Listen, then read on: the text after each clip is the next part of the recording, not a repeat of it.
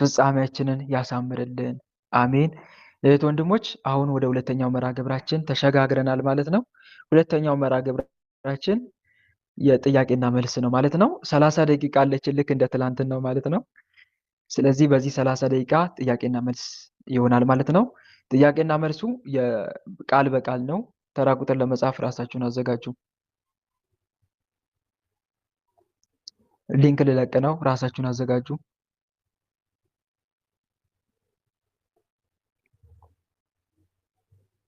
እሺ፣ ተራ ቁጥር ለመጻፍ 1 2 3 ጻፉ። እሺ፣ ሊንክ ለቅቄያለሁ። ከሊንክ በፊት የተጻፈ ተራ ቁጥር ተቀባይነት የለውም ማለት ነው። መልካም። እሺ እህት ወንድሞች፣ ጥያቄ ስጠይቁ አንደኛ አጥር ምጥን ትበል ጥያቄያችሁ፣ ምክንያቱም ያለችን ሰዓት ውስን ስለሆነች ብዙ ሰው ማስተናገድ እንዲቻል። ሁለተኛ ሲቀጥል ደግሞ ጥያቄ በምጠይቁበት ሰዓት ኤርፎን ንቀሉ። ኤርፎን ንቀሉና ስልካችሁን ወደ አፋችሁ አስጠግታችሁ ጥርት ባለ ድምፅ እንዲሰማ ለማድረግ ሞክሩ። እና ደግሞ ፍሬ ሀሳብ ብቻ ተናገሩት ወንድሞች። በተለይ ከዚህ በፊት ነግሬያችኋለሁ፣ በመንፈሳዊ ሕይወታችሁ እንዳጠነክሩ እያደረገ ያለው ነገር ምንድን ነው? የሚፈለገው እሱ ነው። እንዳንሰግድ፣ እንዳንጸልይ፣ እንዳንጾም፣ መንፈሳዊ ሕይወታችን እንዳንጠነክር ያደረገን ነገር ምንድን ነው? እዛ ላይ ያተኩር ጥያቄያችን ወንድሞች፣ እዛ ላይ ያተኩር። ዓላማችን በመንፈሳዊ ሕይወት ማደግ እስከሆነ ድረስ ማለት ነው። በመንፈሳዊ ሕይወት ከጊዜያዊ ችግር ለመላቀቅ አይደለም። ከጊዜያዊ ችግር ለመላቀቅ ብቻ ሳይሆን መንፈሳዊ ሕይወታችን ነው ዋናው ትልቁ ግቡ፣ መንፈሳዊ ሕይወታችን ስለሆነ በመንፈሳዊ ሕይወታችን እንቅፋት እየሆነ ያለ ነገር እዛ ላይ ብታተኩሩ ጥያቄያችሁ በጣም አሪፍ ነው ለማለት ያክል ነው። ስለዚህ እስቲ ጥያቄያችሁ ማቅረብ ትችላላችሁ። መኑ ከማምላክ ወለተ ቂርቆስ። ወልደ አማኑኤል ይሰማል?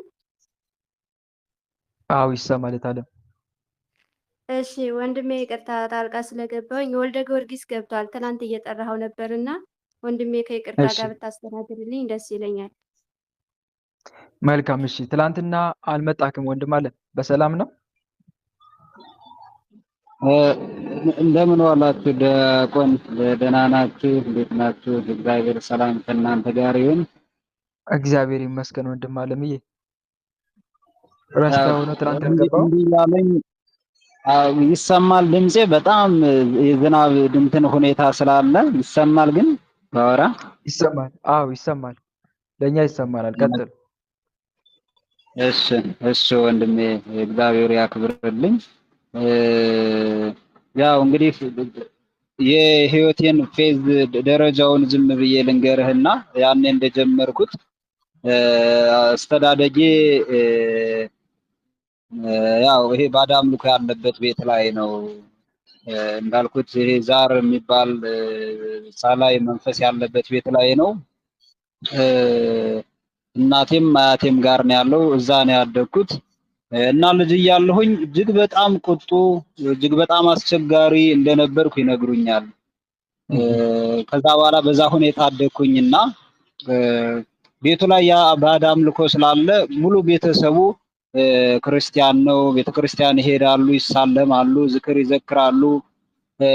ጎን ለጎን ደግሞ የባዕድ አምልኮ መስዋዕት ያቀርቡ ነበረ እና የአካባቢ ቤት ላይ የኛ የዛሩ ይከበር ነበረ። ውጭ ላይ ደግሞ እናቴ እንኳን እኔ የማስታውሰው ስሙን እየጠሩ የሚያከብሩት የሆነ አካል ስሙን ራሱ አሁን አስታውሰዋለሁ። ዘረዳየት ገብሩ ይባላል። ትልቅ ዛፍ ላይ ነውና እሱ ነገር አለ።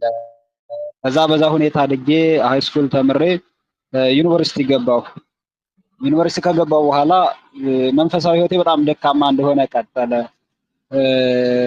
ግቢ ጉባኤ አልተማርኩም። ጎበዝ ተማሪ ስለነበርኩኝ ግቢ ጉባኤ የሰነፍ ተማሪዎች ማህበር ነው እያልኩኝ ኦፍኮርስ ልጅ ነበርኩኝ። በ19 ዓመቴ ነው ዩኒቨርሲቲ የገባሁት። በሱ ተደናግጬ ህይወት ያለፈኝ። ወንድም አለምዬ ይኸውልህ እንትኑን ላይ ብቻ አተኩር፣ ጥያቄ ላይ ብቻ። አሁን ለመንፈሳዊ ህይወት እስቲ እኔ ላመቻችልህ ጥያቄ እንዴት እንደምጠይቅ። አሁን ለምሳሌ በመንፈሳዊ ህይወት ዙሪያ ላይ እንቅፋት እየሆነብህ ያለው ነገር አሁን እሱ ላይ ብቻ አተኩር። መንፈሳዊ ህይወት አሁን ለምሳሌ እየኖርክ ነው አይደለ? ንስሐ ገብተሃል? በንስሐ ህይወት ውስጥ ገብተሃል? ንስሐ ገብተህ ስጋው ደግሞ ተቀብለ እየኖርክ ነው ያለው።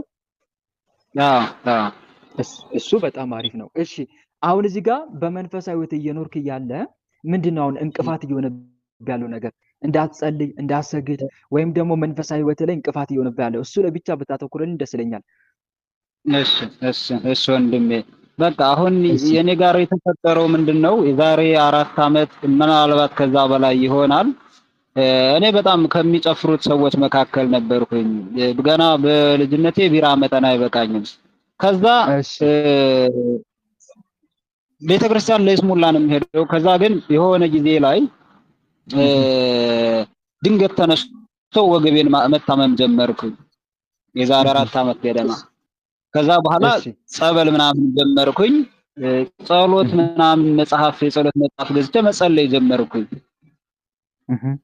ከዛ መንፈሳዊ ሕይወት ያድጋል ብዬ ስጠብቅ ጭራሽ በጣም እየባሰበት ሄደ። ከዛ በኋላ ስግደትም ጀመርኩ። ስግደት ያልካቸውን መንፈሳዊ ተግባራት ፈጸምኩኝ እና በዚህ ሁኔታ ውስጥ ግን ጾታዊ ግንኙነት ዝም ብሎ አይኔ ላይ እኔ 400 500 ተማሪ እጄ ላይ አለ። ዝም ብሎ ያገኘሁት ሴት ላይ ነው አይኔ የሚያርፈው እና ላለፉት 4 5 ዓመታት ሪሌሽንሺፕ ውስጥ አይደለሁም፣ ግን በቃ በዝሙት በጣም ይፈትነኛል። በጣም ቫይራል ነው።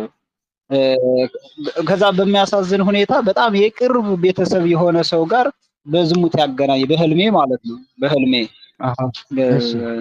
አላ አይደል ይሄ በጣም ያንተ ቅርብ የሚባል ሰው ጋር እንደዛ ይፈትነኛል። በዛ ሁኔታ ላይ ሆኜ ጸበል መጠጣት ጀመርኩኝ። ጸበል መጠጣት ሲጀምር ከሆዴ እርጎ ነገር ይወጣል፣ ዘይት ነገር ይወጣል። አሁን ራሱ ሳወራ 5 ሊትር ጠጥቼ ብዙ ነገር አስወጥቼ ነው። ከዛ በተጨማሪ ቅዱሳን ላይ ስቆም ብዙ የምወዳቸው ቅዱሳን አሉ። ብዙ ስል ማለት በጣም የማቀርባቸው ሁሉንም እወዳለሁ፣ ግን በልዩነት። ከዛ አሁን በጣም ከፋልና እኔም ጾም፣ ጸሎት፣ ስግደት አላቆምኩም። ግን በጭራሽ አልፎ ከመቤታችን ደርሶ ከመቤታችን አልፎ የመድኃኔዓለምን አምላክነት ያጠራጥረኛል፣ በጣም ይሞግተኛል። በአሕዛቡ በሙስሊሙ በኩል ምናምን ያለው ትክክል እንደሆነ የኔ እንዳልሆነ ምናምን ጭራሽ ደግሞ አብዝቼ በሰገድኩ ቀን ደግሞ ሰላድኖ ሄዶ እንትን የማለት ነገር አለ አይደል? ይሄ እንደዛ ነገር ከዛ ሎቶ ስባት ብዬ እንደገና ዝም ብላለሁ። ያስጮኸኛል ሁሉ ራሴን ሁሉ ያስደበድበኛል። ከዛ በስማ ብዬ እንደገና መለስና ተኛለሁ እና ጸሎት ሳደርግ ምናምን ኮርኒሱ ላይ ያለሁበት ቤቴ ላይ ኮርኒሱ ላይ የሆነ ነገር ድምጽ ይሰማል። ከዛ አሁን በጣም ብዙ እንትን አለና ለጸሎት ስነሳ ስተኛ ሆዴ ይጮሃል። ተነስቼ ዳዊቴን ሲይዝ መጮሁ ያቆማል። እና በዚህ ተጋድሎ ውስጥ ሆኜ ብዙ ጊዜ ላገኝህ እጥር ነበረ። ያው እንዳልኩት የሥራ ሁኔታ በጣም እየገደበኝ እያዘናጋኝ ይሆናል። ሆዴ ውስጥ ይጮሃል ያልከው ሆዴ ውስጥ ይጮሃል ነው? ምን ሲሆን ምን ለምሳሌ ምን ስታረግ? ለምሳሌ መቼ ነው ማታውን ጸሎት አድርጌ ምናምን እተኛለሁ እና ተኝቼ 6 ሰዓት 7 ሰዓት ይጮሃል። ከዛ ተነስቼ ጸሎት ካረኩ ዝም ይላል። መልካም እሺ ወንድም አለምዬ፣ ዞሮ ጠቅለል አድርገህ በጣም ብዙ ሀሳብ አንስተሃል። በጣም ካበዛ እናስፋው ከተባለ ይሰፋል። ያንተ ጥያቄ ብቻ ሊሆን ነው እና ዋና ሀሳቡ ብቻ ነግሬክ ልዝጋ። ያ ምን መሰለክ፣ አሁን እኔ እንደተረዳሁት ከሆነ ዛር መንፈስ እንዳለ ያው ቅድም ወደ መጀመሪያ አገባብ ላይ ስትናገር የነበረው ዛር መናፍስት እንዳሉ ነው የሚያሳየው ማለት ነው።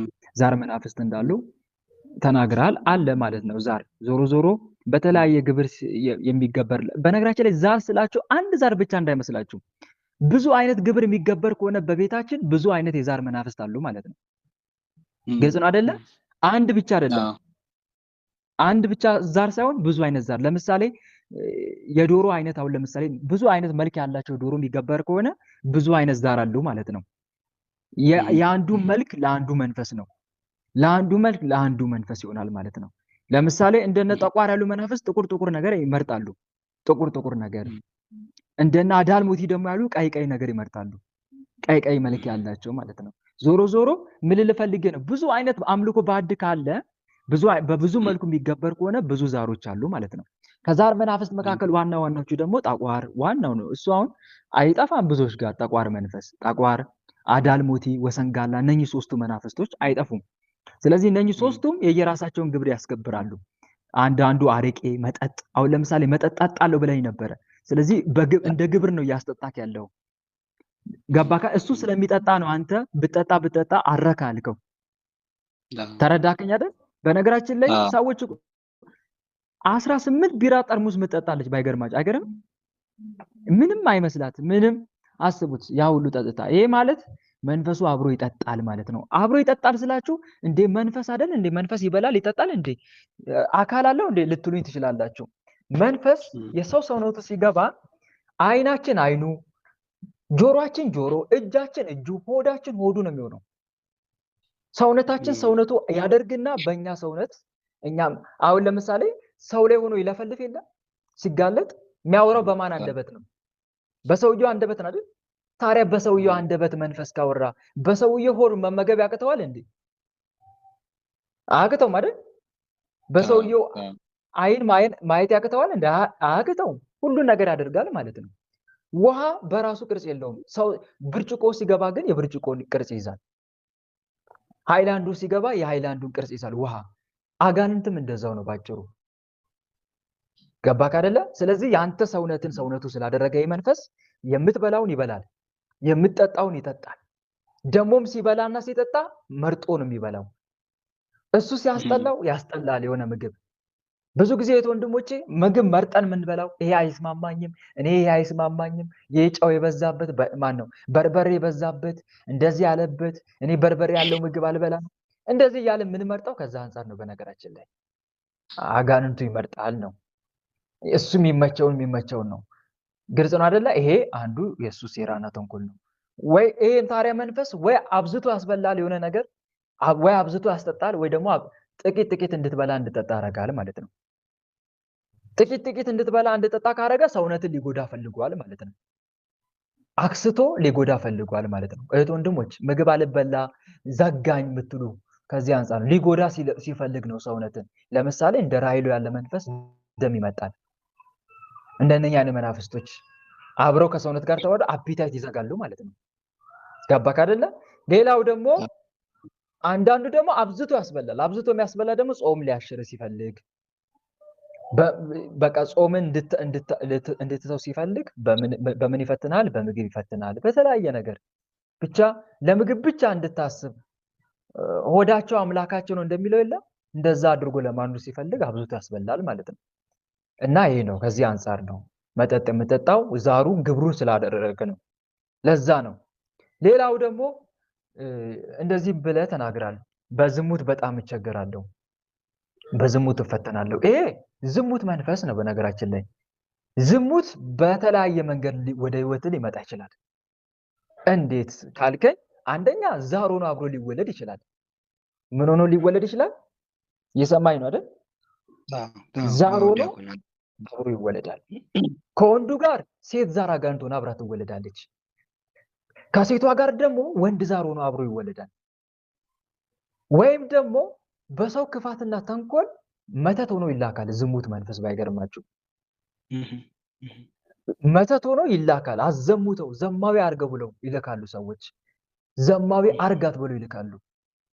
በተለይ ሴቶች እህቶቼ በዚህ ነገር በጣም ነው የምትጠቁት። ብዙ ጊዜ በዝሙት የምትፈተኑትም አንዱ ከዚህ አንፃር ነው። ለምሳሌ የሆነ ወንድ ልጅ ሊጠይቅሽ ይችላል። ለምሳሌ ድንግል ልትሆኚ ትችላለሽ። ከዛ በኋላ ይልክብሻል። ቀጥታ እሱ መጀመሪያ ይጠይቅሻል። እምቢ ካልሽው ለኔ ካልሆነች ለማንም አትሆን ይልና ዘማዊ አርጋት ብሎ ሊልክ ይችላል። እንደዚህ አይነት ክፉ ሰዎች አሉ። በቂም በቀል ተነስተው መተት የሚልኩ ማለት ነው። ግልጽ ነው አይደል? አገልጋይ ከሆነ ደግሞ አገልጋይ ክህነቱ እንዲፈርስ ብለው ይልካሉ። ዞሮ በመተት መልኩ ዝሙት ይላካል ልፈልጌ ነው። ሌላው በምን መልኩ ሊመጣ ይችላል? ቡዳ ሆኖ ይመጣል። ከዘማዊ ሰው ተነስቶ አንተ ላይ ሊመጣ ይችላል።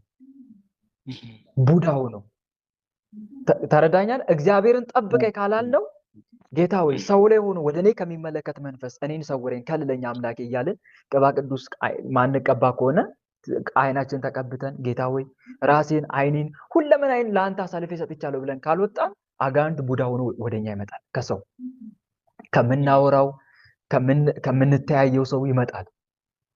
ለሶሻል ሚዲያ ተጠቃሚዎች እህት ወንድሞች አብዛኞቻችሁ በዝሙት አትፈተኑ? ሶሻል ሚዲያ የምትጠቀሙ በተለይ ሚዲያ ላይ የምትወጡ በፎቶ በተለያየ በቪዲዮ አትፈተኑም? አይፈተናችሁም? እህት ወንድሞች እስቲ ይሄን ነገር ለራሳችሁ መርምሩት።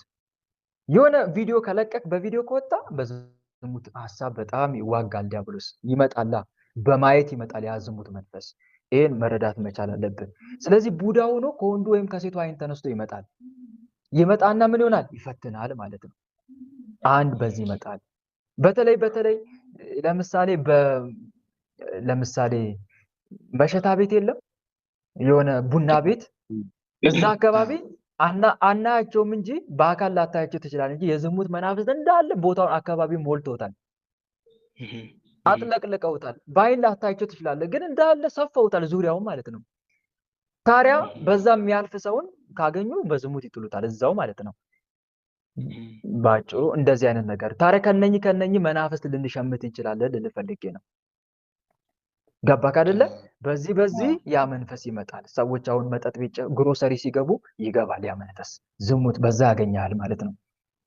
ከዛ ያደፍጣል፣ ስራውን ይሰራል። ሌላው ደግሞ የወሲብ ፊልሞችን፣ ስዕሎችን፣ ወሲብ ቀስቃሽ የሆኑ ነገሮችን፣ ቪዲዮዎችን ስንመለከት ያኔም ከዛ ይመጣሉ መናፍስቶች፣ እነኚህ ዝሙት መናፍስት ከዛ ውስጥ አድፍጠው በዝሙት ይፈትናሉ። የዝሙት መንፈስ ዓላማው ምንድነው ታውቃለህ? ትዳር እንድትይዝ አያደርግም። ዘማዊ ሆነ እንድትቀር ነው የሚፈልገው።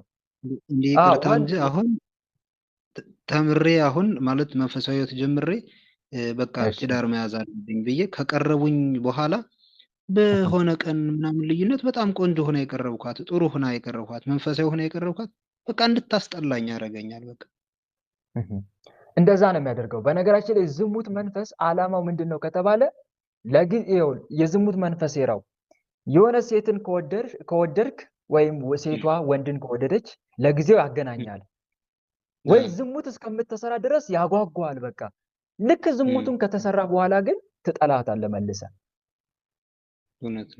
ትጠላታለህ። ያ ታዲያ ዝሙት ቡዳ ዝሙት ሲሆን ማለት ነው።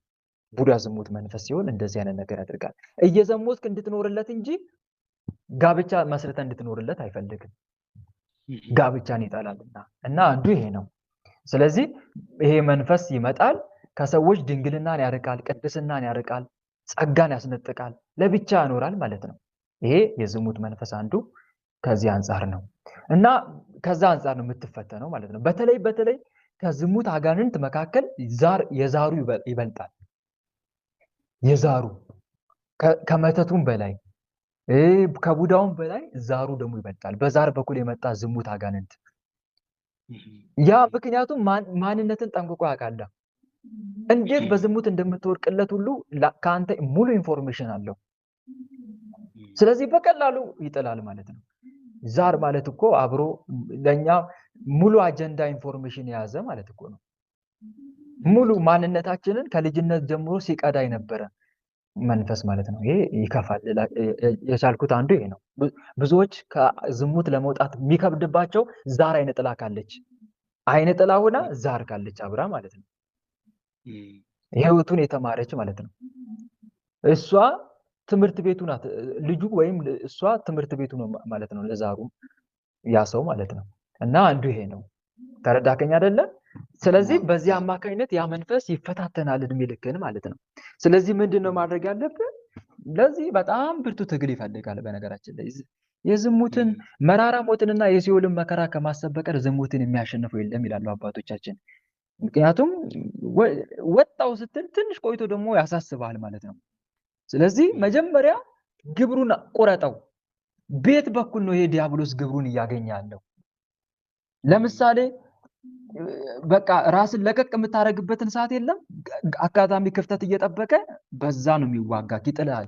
ስለዚህ ዙሪያህን እጠረው በመንፈሳዊ ህይወት፣ ራስን ዙሪያን በመንፈሳዊ ህይወት ክበበው።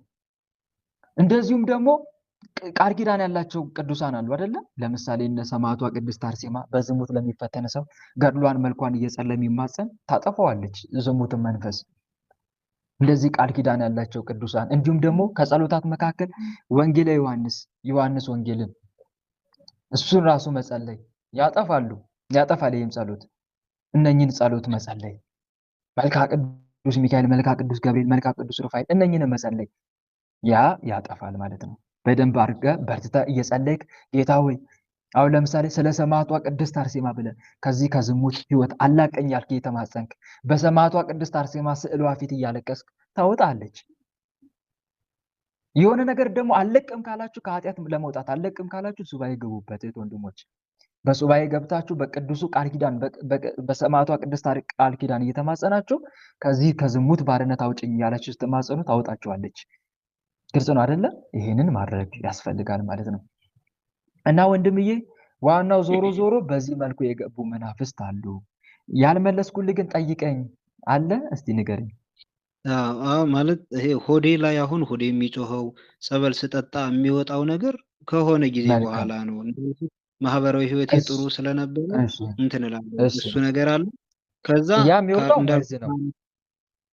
ከአራት ዓመት ምናምን በኋላ ጀምሮ ደግሞ ድዴ ይደማል። በተለይ ተኝቼ ስነሳ ምናምን ድዴ ደም ይደማብኛል። እሱ ግብሩን እየጠየቀ ነው። ግብር ነው። ድድን ማልማት የደም ግብር ነው።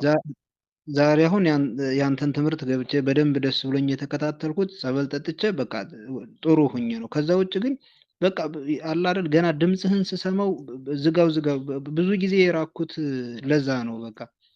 በቃ ትምህርቱን ስሰማ በቃ ዝም ብሎ ያቅለሽልሽኛል። ዘግቼ ነው የምወጣው። ሌላ ቲክታክ ላይ ሌላ ማህበራዊ ሚዲያ ሲሆን ሎንግ ታይም ውስጥ ያደርጋል። እዚህ ላይ አንተ ጋር ሲሆን በቃ የዲያቆን ወልደ አማኑኤልን ድምጽ ከሰማው እንዴት ዝጋው ነው የሚለኝ። ሌሎች መንፈሳዊ ግሩፖች ምናምን እንትን ስል በቃ አለ አይደል እንትን ይለኛል። አሁን ስለ አድኖ ላይ የሚያደርገኝ አይነት ስሜት ማለት ነው። አይመቸውማ። አብሮ ያዳምጣል እኮ እሱ። አንተ ብቻ ሳይሆን የምታዳምጠው እሱም አብሮ ያዳምጣል እኮ። ሴራው እየተጋለጠ ነው። ስለዚህ የእሱን ሴራና ተንኮል ደግሞ መስማት አይፈልግም።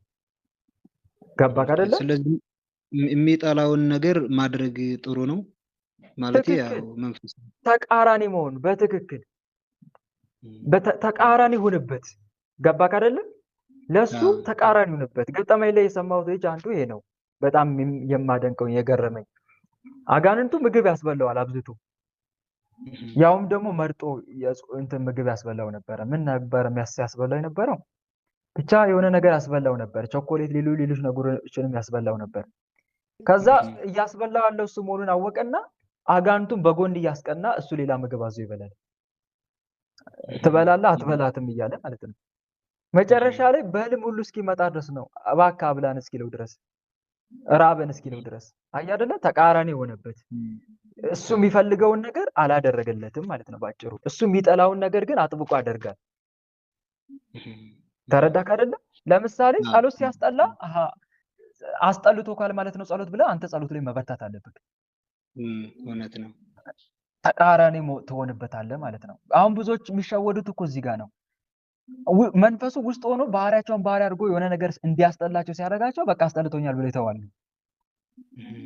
አየከረ ትዕግስትን ገንዘብ አድርገው ሳይዙ በቃ ይሄ ነገር አስጠልቶኛል ብለው ትተውታሉ።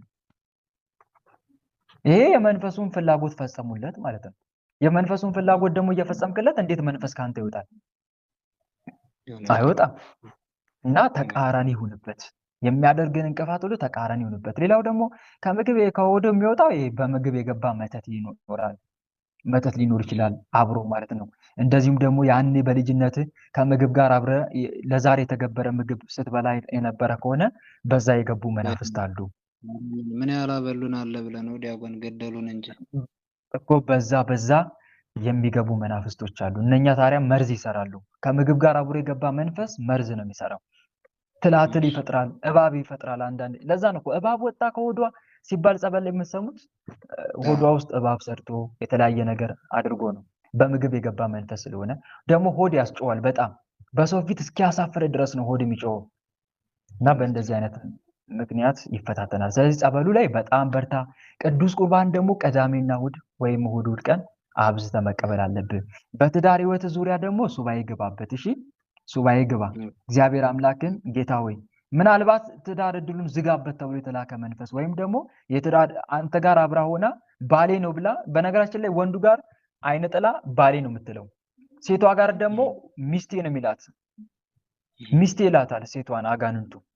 ሴቷ ጋር ወንድ፣ ወንዱ ጋር ሴት ሆኖ ማፈተል ልማዱ ነው አጋንንቱ።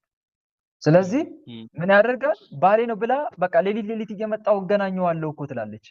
ደግሞ የምትፈልገውን አይነት ሰው መስሎ ይገናኛል አጋንንት ሌሊት እየመጣ ከፈለገ በአባት ሲገናኝ፣ ይኸው ሴቶች ጋር ማለት ነው እህቶቼ፣ አባታችሁ መስሎ ሊገናኛችሁ ይችላል አጋንንት። አባታችሁን፣ ወንድማችሁን፣ አጎታችሁን፣ ጎረቤታችሁን፣ ወገን ዘመዳችሁን ቀን አብራችሁ ያወራችሁትን ሰው መስሎ ሊገናኝ ይችላል። አይነ ጥላ ሆነ ሴት ከሆነች ደግሞ አጋንንቷ ወንዱ ጋር ካለች ደግሞ እህቱን መስላ መታ ትገናኛለች። እህቱን፣ የገዛ እህቱን፣ እናቱን መስላ ትገናኛለች። ግልጹን አይደል? እንደዚህ እያደረገ ቁም ስቃይ ነው የምታሳየው። ከዛ ምን ትላለች? ምን ይላል መንፈስ? ሴት ከሆነ ሚስቴ ናት እኮ ይላል፣ ባሌ ነው ይላል ማለት ነው። ዞሮ ዞሮ ዓላማው ምንድነው? ትዳር እድል መዝጋት ነው። በህልም እየመጣ የሚገናኘው አንዱ እሱ ነው። ገባክ አይደል? ከዛ የትዳር እድል ይዘጋል ማለት ነው። እና ወንድምዬ ይሄ ሱባኤ መግባት ያስፈልጋል። የትዳር እድልን አስከፍት። ሱባኤ የምትገባው የትዳር እድልን ቸሩ መድኃኔዓለም እንዲከፍት፣ ለአጋንንት የዘጋብኝን እድሌን ጌታዊ አንተ ክፈት፣ ኤፍታ በለኝ እያልክ ተማጸነው። ገባክ አይደል? ኤፍታ ማለት ተከፈት ማለት ነው። ጌታዊ ህይወቴን ክፈትልኝ፣ የታሰረውን ቋጠሮዬን የህይወቴን እድል ክፈትልኝ እያልክ ስትማጸን ቸሩ መድኃኔዓለም እድልን ይከፍትልሃል። መንገድን ሲከፍትልህ ነገሮች ሁሉ ግልጽልጽ ይልልሃል። ስለዚህ እግዚአብሔር አምላክን ጠይቀው። በስሜ የተጠሩት ህዝቤ ይላል እኮ መጽሐፍ ቅዱስ ላይ። በስሜ የተጠሩት ህዝቤ ሰውነታቸውን አዋርደው ቢጸልዩ፣ ፊቴንም ቢፈልጉ፣ ከክፉ መንገዳቸውን ቢመለሱ እኔ እግዚአብሔር በሰማይ ሆኜ እሰማለሁ ይላል። እኔ እግዚአብሔር በሰማይ ሆኜ እሰማለሁ፣ ኃጢአታቸውንም ይቅር እላለሁ፣ ምድራቸውንም እፈውሳለሁ የሚል ቃል አለ መጽሐፈ ዜና መዋዕል ካልዕ ምዕራፍ 7 ቁጥር 14 ላይ። ስለዚህ ይህን አድርግ። ሱባኤ ገብተህ የትዳር እድልን በአጭሩ የህይወት እድልን ሙሉ አስከፍት። ገባክ አይደል? ይህን ማድረግ ያስፈልጋል። መናፍስቱን ደግሞ ተፋልሞ ከህይወት ማስወጣት ነው እና ቅዱስ ቁርባን ላይ በርታ። እንደ ቅዱስ ቁርባን ትልቅ መሳሪያ የለንም እኛ ክርስቲያኖች፣ እዛ ላይ በጣም በርታ። ግን ቅዱስ ቁርባን ስትቀበል በርዕስ ተቀበል። አሁን ለምሳሌ የምትፈልገው ነገር እንዲሆንልህ የለም እየጠየቅከው ተቀበል።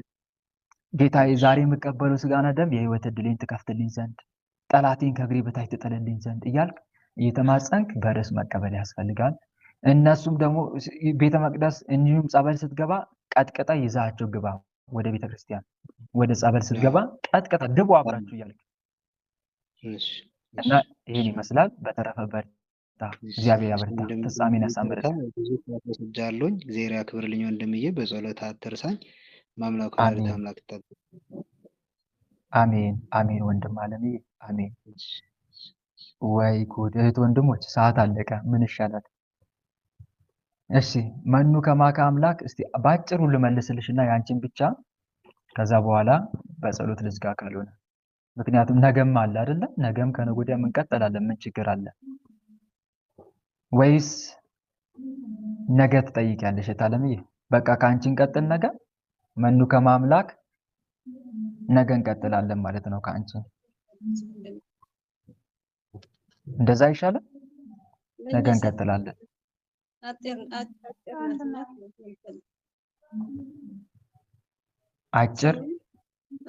ናት ጥያቄዋ ነው። እሺ ወንድም አለም እሺ፣ ነገ እንቀጥላለን። መኑ ከማምላክ አንቺ ነሽ? ለኛ ሰጣኛለች። ወንድም አለም እኔ ነኝ። እሺ ለአንቺ ሰጣሽ ነው። አጭር ከሆነች እሺ ጠይቄ ታለም። ለአንቺ ከተሰጠ ጠይቄ። እሺ የኔ ጥያቄ በጸሎት ዙሪያ ነው፣ በመንፈሳዊ ዙሪያ ማለት ነው። እሺ አሁን ቅድም ጥያቄ ገብቼ ጠይቄ ሱባኤ ግብበት ብለኸኝ ነበርና 3 ቀን ሱባኤ ልገባ ብዬ 3 ቀን ስገባ 3 ቀን ሙሉ ማለት ነው የእመቤታችን 64 ስግደት ስሰግድ የልቤ ትርታ መቋረጫ የለም። መተንፈስ አልችልም፣ መተኛት አልችልም፣ ራሱ ምግብ መመገብ አልችልም። በቃ ቁሜ ነው ያለው 3 ቀን ሙሉ ማለት እንደዛ ነው የሚያደርገን። ሲሰግድም እንደዛ የልቤን ትርታ እየጨመረ በቃ እንጃ መቆም መቀመጥም አልቻልኩም። እና ከምን አንጻር ነው እንደገና ሱባኤ ውስጥ ነው እንደዚህ ሱባኤውን ስለዚህ ሳጨርሽ ወጣሽ? ጨርሻለሁ፣ ግን በቃ እንደዛ ነው። በቃ መተኛት አልቻልኩም፣ መቆምም አልችልም። ምግብ ሲበላ ጸሎት ሲጠጣ ከዛ በቃ እንደዛ ነው። የልቤን ትርታ ነው መቀመጥ አልቻልኩም። መልካም። አንቺ ጋር የተጋለጠ መንፈስ አለ አይደል? እታለም የለም። እሺ እታለምዬ፣ ይኸውልሽ እህት ወንድሞች፣ ለሁላችሁም ነው የምነግራችሁ። መንፈስ ሱባኤ ስትገቡ መንፈስ ይረብሻል። ይሄ መረበሹ ማይቀር ነው። ይረብሻል። ግልጽ ነው አይደለ? በሐሳብና በጭንቀት ናላችንን ያዞራል። አንደኛ ሱባኤ ስንገባ የሱባኤ ፈተና ልንገራችሁ። በሐሳብና በጭንቀት ናላችንን የሚያዞረው ቁርጥማት፣ የልብ ድካም፣ ሌላ በሽታም ያመጣል። ይሄ ሁሉ የሚያደርገው ለምንድን ነው? ሱባኤውን አቋርጠን እንድንወጣ ነው። ምን ያደርግልኛል እግዚአብሔር በጊዜው ሊሰራ እኔ ምን ላመጣ እያሉ የሚወጡ ሰዎች አሉ። ሱባኤ ገብተው እግዚአብሔር በጊዜው ሊሰራ እኔ ምን ላመጣ፣ አረብ ይቀርብኝስ፣ እንደዚህ እያሉ የሚያስቡ ሰዎች አሉ። እና ዞሮ ዞሮ አጋንንቱ በጣም ልብ ላይ የተቀመጠ መንፈስ አለ ማለት ነው። በተለይ ልብ ላይ ተቀምጦ መንፈሱ ስግደት እንዳሰግጂ ይዋጋሻል። ተረዳሽ አይደለም? ልክ ልሰግጂ ስትይ እንዳሰግጂ። አሁን ለምሳሌ አሁን ይሄ ግን መሆኑ አንቺ አንድ ትምህርት አስተምሮሽ ሊያልፍ ይገባል። ምንድነው ካልሽ እመቤታችን እየተቀበለችሽ ነበረ ማለት ነው ስግደትሽን። ግልጽ ነው አይደለ? እየተቀበለችሽ ነበረ ማለት ነው። ስለዚህ እንዳትቀበለሽ ደግሞ አጋንንቱ የሚችለውን ያደርጋል። ያቺ 64 አሁን 64 ስግደት እኮ ብዙ ሆኖ አይደለም፣ ግን አስቡት ምን ያክል አንቺ በእምነት እየሰገርሽ ስለሆነ ያቺ በእምነት የምታደርጊያ ነገር ደግሞ በመብርሃን ፊት ዋጋ ሊያሰጥሽ ስለሆነ አጋንንቱ ይሄን ደግሞ ጠንቅቆ ስለሚያውቅ ከወትሮው በተለየ ሁኔታ ልብሽ ላይ ተቀምጦ በጣም ሲፈታተንሽ ነበረ ማለት ነው። አሁን የምትማሪው ነገር ይሄ ነው። ተረዳሽ አይደለ? እና እህት ወንድሞች ስትሰግዱ ስትጸልዩ በጣም ይፈታተን ሱባኤ እንኳን ቢሆን ማለት ነው። ሱባኤያችሁን ከምታቋርጡ ይልቅ መቁጠሪያችሁን ተጠቅማችሁ በመድኃኒዓለም ስም ተነስ ከልቤ ላይ ስትይው ያኔ ያ መንፈስ ብድግ ብሎ ከልብሽ ላይ ይነሳል። ግልጽ ነው አይደል? ግን ስግደት እና በርካቶቼ እሰግዳለሁ፣ ግን ይህች ስግደት ብቻ ትሰግድ ጥዋትና ሴተኛም ይህች ስግደት ብቻ ትሰግድ ስለሆነ ነው ትንሽ ነው በእምነት ይኸውልሽ፣ በእምነት ያደረግሽው ጸሎት ነው ስግደት ነው። እቺ እምነት በፍጹም ልብሽ ሆነሽ በእመቤታችን ታምነሽ የምታደርጊያት ነገር ነው። የስግደት ብዛቱ ብቻ አይደለም ማየት ያለብሽ፣ ወይም ደግሞ በማህበር መስገድሽን አይደለም። ይሄ ግን እየሰገድሽ ያለሽው አንደኛ ከልብ ነው፣ ሁለተኛ በእምነት ነው። ከእመቤታችን በረከት አገኛለሁ ብለሽ እንደምትቀበለሽ አምነሽ ነው። ስለዚህ እቺን ስግደት እንዳትቀበይ ጠላት ደግሞ ይፈታተናል ማለት ነው። በተለይ እህት ወንድሞች በግል በርቱ ባካችሁን። በማህበር ብቻ ሳይሆን በግልም ጭምር በርቱ። በግል መስገድ መጸለይ መቻል አለብን።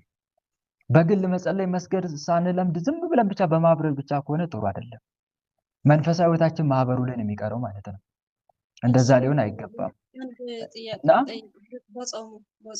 በጾሙ ዙሪያ ማለት ነው። ቆይ ታለምዬ ቆይ መጨረስኩኝና ነው።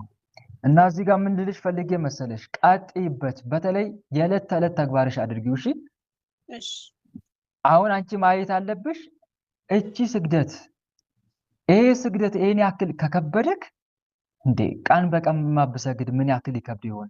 እንደውም አውቄያለሁ ብለሽ በመብርሃን ፊት አርጋኑኗን እየጸለሽ የለም አርጋኑኗን ውዳሴ ማርያም እየጸለሽ ይሄን ስግደት አጥብቀሽ ተግባራዊ አድርጊ። እሺ ወይ ሰኔ ጎልጎታ እየጸለሽ አጥብቀሽ ቀን በቀን ተግባራዊ አድርጊ።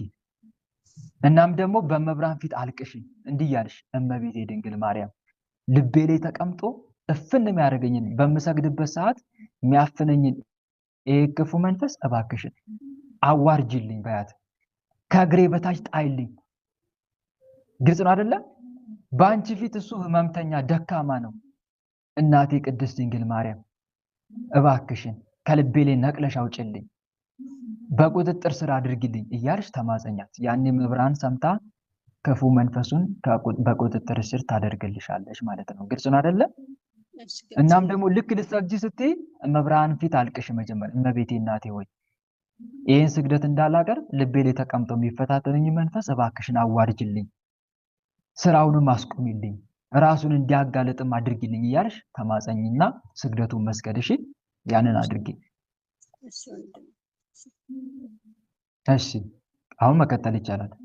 በጾም ሰዓት ምን ነበር ያልሽኝ? በጾም እናቴ በጣም ታምማ ሕክምና ነው ያለችው። በሕክምና ላይ ደግሞ ብርድ ነው ምናምን ብሏት መድኃኒት እየተጠቀመች ግን ጾም መቆም ጀመረች። ጾማለሁ አልበላ ምንም ነገር ብያ ከጾመት በኋላ አሁን ዶክተሮቹ ስትመረመር ትላንት ስትሄድ ላዝም እንቁላሉ ስጋው እና ወተትም መጠጣት አለብሽ። እንደዛ ከሆነ ግን ማህፀንሽ ላይ ያለ የሚወጣ ነገር እንዴት ብለን እናወጣዋለን ብሎ ማስቸገራች። አሁን ጾም ልሽር ነው እያለችን ነው እንዳድርግ እዚህ ከመንፈስ ጋር እንደኔ አትስማት አለምዬ። እንደኔ እነሱ የሚሏትን አትስማ። እንደኔ ነው የምመክረው። ግልጽ ነው አይደለ? በእምነቷ አትጽና። የኔ እናት ይቅርታ አነጋግራ በጣም ነው ስለራቀ ነው። የኔ እናት ነው እህቴ ናት። በጣም ነው በጣም ርቀዋል። ወንድ ማለት በጣም ነው ማለት ለውጧት የነበረ በማህፀና በጣም ርቀዋል። አጥም ነው የቀረችው እና አጥም ስለቀረች እሷም ብላለች፣ ምንም አልስም ብላለች። ግን አሁን በሰው እየፈተነ ነበር። አሁን ደግሞ ዋናው በዶክተር ነው የመጣብኝ ማለት ነው። አሁን ግን ዝም አልኩት በቃ።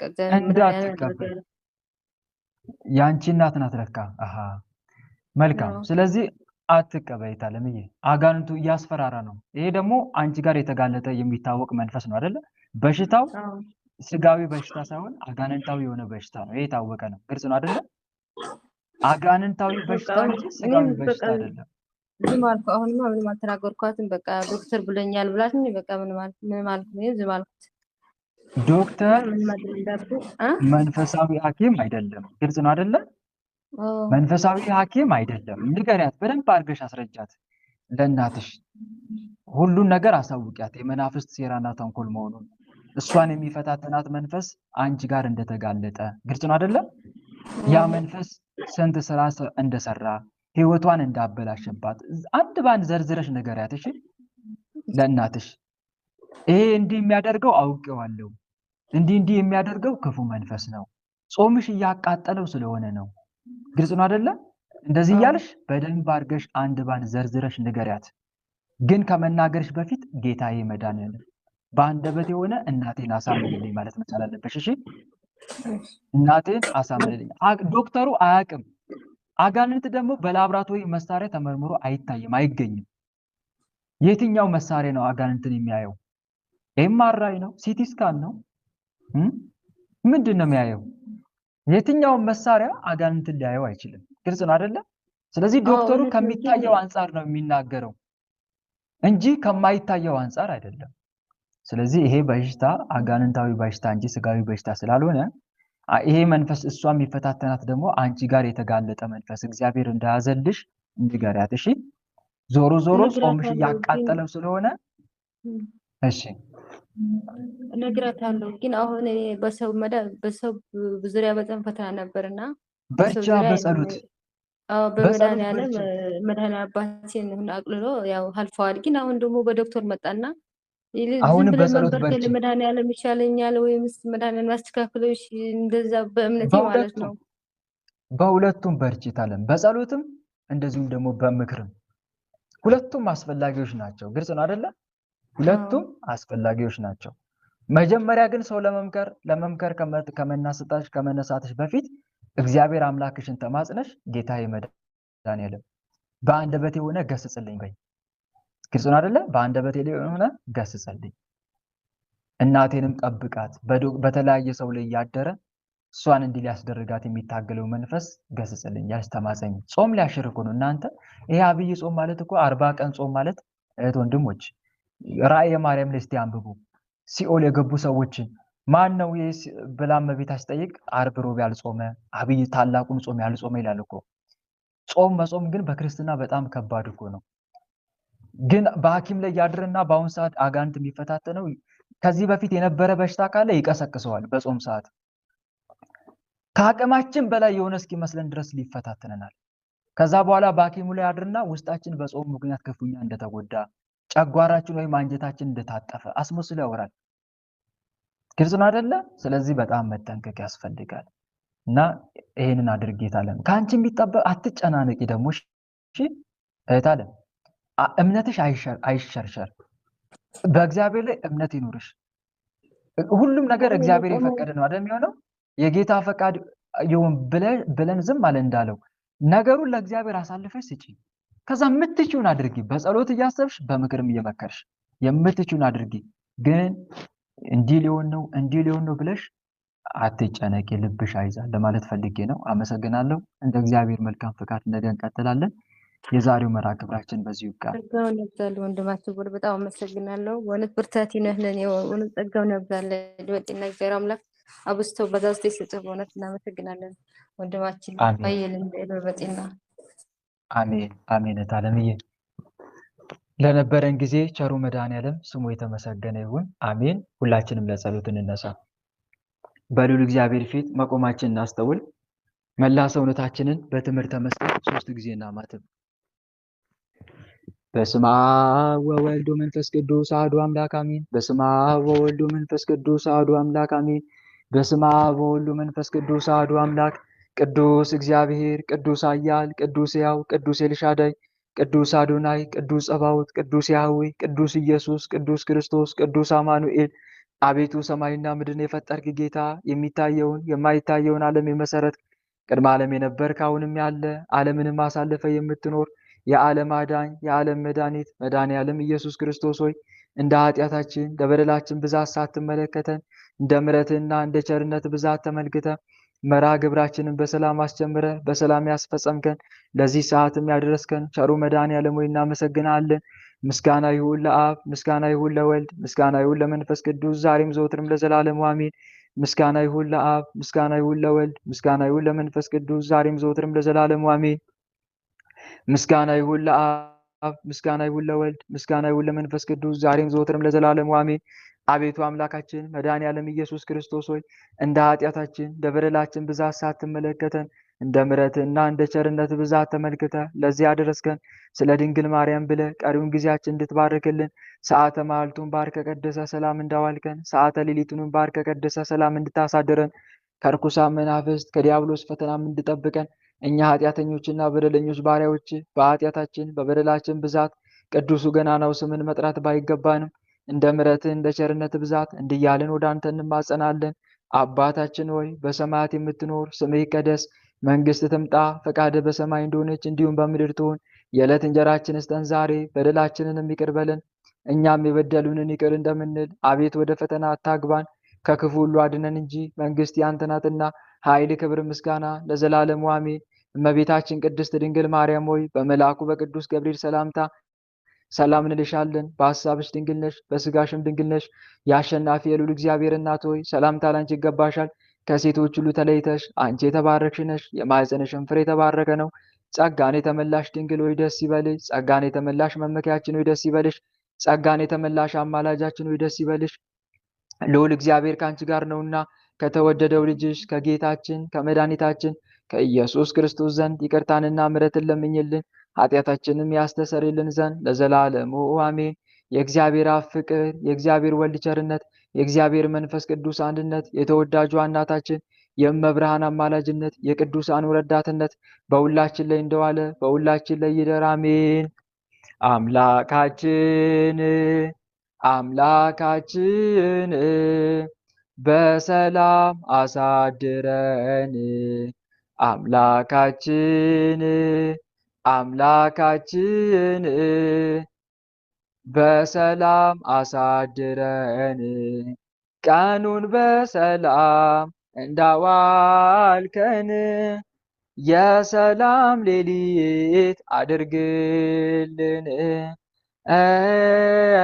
ቀኑን በሰላም እንዳዋልከን የሰላም ሌሊት አድርግልን እመቤታችን አማላጃችን ተመልከች ወደኛ እመቤታችን አማላጃችን ተመልከች ወደኛ የልጅሽ ቸርነት ይሁነን መዳኛ ያንቺ አማላጅነት አይለየን ከኛ የልጅሽ ቸርነት ይሁነን መዳኛ ያንቺ አማላጅነት አይለየን ከኛ ጸጋ ነሳይነ ወሕይወተ ረከብነ በኃይለ መስቀሉ ለኢየሱስ ክርስቶስ ኪያከ እግዚኦ ነአኩት ነስያነ ጸጋ ዘእመንፈስ ቅዱስ የፍቅር ባለቤት የሰላም ንጉሥ ሰላማዊ ኢየሱስ ክርስቶስ ሆይ ሰላምን ስጠን፣ ሰላምንም አጽናልን፣ ኃጢአታችንም ይቅር በለን፣ በሰላም ሄደን ወደ የቤታችን እንገባ ዘንድ የበቃን አድርገን ለዘላለሙ አሜን።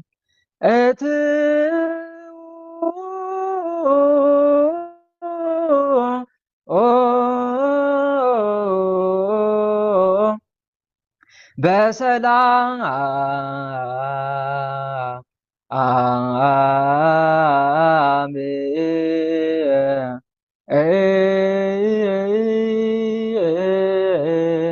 እሾህ ሳይወጋችሁ እንቅፋት ሳይመታችሁ በሰላም ወደ የቤታችሁ ያግባችሁ። አሜን አሜን አሜን። እህት ወንድሞቼ የዛሬው መርሃ ግብራችን በሚገባ ተጠናቋል። እንደ እግዚአብሔር መልካም ፈቃድ ነገ መርሃ ግብራችን እንቀጥላለን። እግዚአብሔር አምላክ የነገ ሰው ይበለን። አሜን። ደህና ደሩልኝ። ቸሩ መድኃኔዓለም የያዕቆብ ሌሊት ያድርግልን። መልካም አዳር። አሜን። ቃል ሕይወት ያሰማል። አሜን አሜን አሜን። ወንድማችን ደህና ደር።